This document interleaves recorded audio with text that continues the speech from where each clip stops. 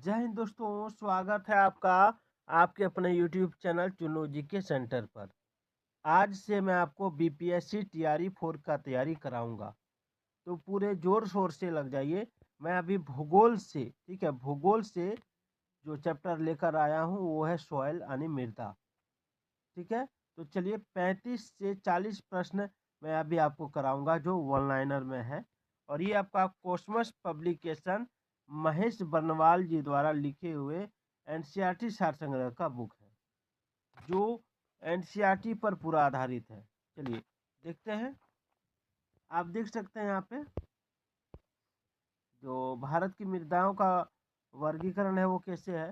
तो भारत की मृदाओं का वर्गीकरण जो है उत्पत्ति, रंग, संयोजन तथा अवस्थिति के आधार पर, ठीक है, मिट्टी को बांटा गया। किसमें तो जलोढ़ मृदा, एक मिनट थोड़ा सा इसको नीचे कर देता हूँ।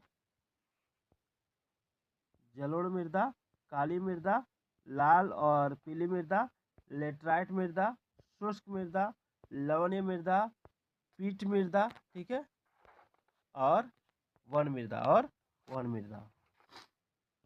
उसके बाद क्या है वो देखिए। उसके बाद है मृदा शब्द की उत्पत्ति। ठीक है, मृदा शब्द की उत्पत्ति किससे हुई है? तो मृदा शब्द की उत्पत्ति लैटिन भाषा के शब्द सोलम से हुई है, जिसका शाब्दिक अर्थ होता है फर्श यानी फ्लोर। ठीक है, और भारत के सर्वाधिक क्षेत्र में कौन सी मृदा पाई जाती है? तो भारत के सर्वाधिक क्षेत्र में जलोढ़ यानी कछारी मृदा पाई जाती है। जलोढ़ यानी कछारी मृदा, ठीक है, इसको एलुवियल सॉइल कहते हैं। उसके बाद है रेगुर मृदा को किस अन्य नाम से जाना जाता है? तो काली मृदा। रेगुर मृदा का दूसरा नाम काली मृदा है। उसके बाद क्या है? उसके बाद है रेगुर मृदा का सर्वाधिक विस्तार किस राज्य में पाया जाता है? तो रेगुर मृदा सबसे ज्यादा महाराष्ट्र में है। आइए मालवा का पठार। मालवा का पठार में किस मृदा की अधिकता है? तो काली मृदा यानी काली मिट्टी। उसके बाद है काली मृदा को स्वतः जुताई वाली मृदा भी कहा जाता है, जिसमें सिंचाई की कम आवश्यकता पड़ती है।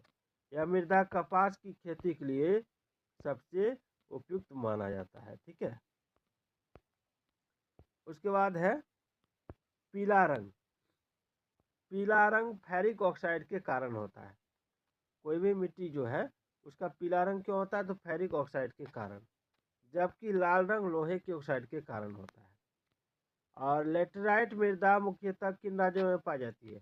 तो केरल, कर्नाटक एवं महाराष्ट्र में। ठीक है, लोहे की मात्रा अधिक होने के कारण कौन सी मृदा दिनों दिन अनुर्वर यानी इनफर्टाइल होती जा रही है, जिसमें उपजाऊ नहीं हो रही है? तो लेटेराइट मृदा, इसमें लोहे की मात्रा ज़्यादा है। उसके बाद है मृदा की क्षारीयता को कम करने के लिए जिप्सम का प्रयोग किया जाता है। ठीक है, किसका प्रयोग? जिप्सम का। जैसे लेटराइट मृदा भारत में मुख्यतः कहाँ पाई जाती है? तो मालाबार तटीय प्रदेश में। ठीक है, मालाबार तटीय प्रदेश में लेटराइट मृदा भारत में मुख्यतः मालाबार तटीय प्रदेश में पाई जाती है। 5 से 7 मिनट का ये वीडियो आपके लिए बहुत ही इम्पोर्टेंट होगी। सबसे कम जल धारण क्षमता किस प्रकार की मृदा में होती है? तो बलुई दोमट मृदा में। ठीक है, बलुई दोमट मृदा में। अब है पौधों को सबसे अधिक जल किस प्रकार की मृदा से प्राप्त होता है? तो चिकनी मृदा से।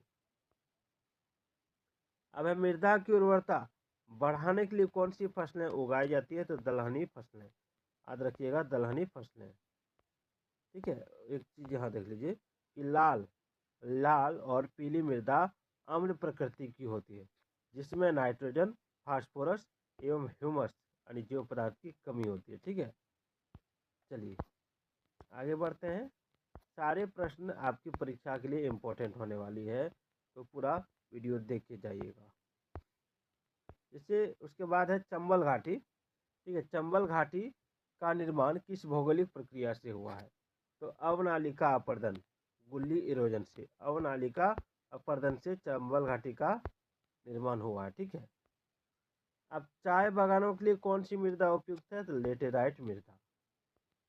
अब है दोमट मृदा यानी एलुवियल सॉइल जो है में कौन से कण पाए जाते हैं? तो इसमें गाद, मृतिका व रेत पाए जाते हैं। सिल्ट, क्ले या सैंड, याद रखिएगा। अब है भारत की मृदाओं में किस सूक्ष्म तत्व की सर्वाधिक कमी होती है? तो आपका ऑप्शन है जस्ता। क्या है? जस्ता। अब है गंगा के मैदान की पुरानी जलोढ़ मृदा कहलाती है तो बांगर। ठीक है, पुरानी जलोढ़ मृदा को बांगर और नई जलोढ़ मृदा को खादर कहते हैं। उसके बाद है अम्ल यानी एसिडिक। ठीक है, एसिडिक मृदा को कृषि योग्य बनाने हेतु किस खनिज का प्रयोग किया जाता है? तो लाइम या चूना, लाइम या चूना। ठीक है। उसके बाद है भारत में सर्वाधिक क्षारीय मृदा किस राज्य में पाई जाती है? तो उत्तर प्रदेश में। चलिए, लवणीय मृदा में नाइट्रोजन व चूने की अल्पता पाई जाती है। जैव मृदा का रंग नीला क्यों होता है? जैव मृदा का रंग, ऑर्गेनिक सॉइल का रंग नीला क्यों होता है? तो अम्ल व फेरस आयरन के कारण। अब है पश्चिमी राजस्थान की मृदा में किस खनिज की अधिकता पाई जाती है? तो कैल्शियम की, याद रखिएगा। ठीक है। अब है मरुस्थलीय मृदा। मरुस्थलीय मृदा में किस पोषक तत्व का अभाव पाया जाता है?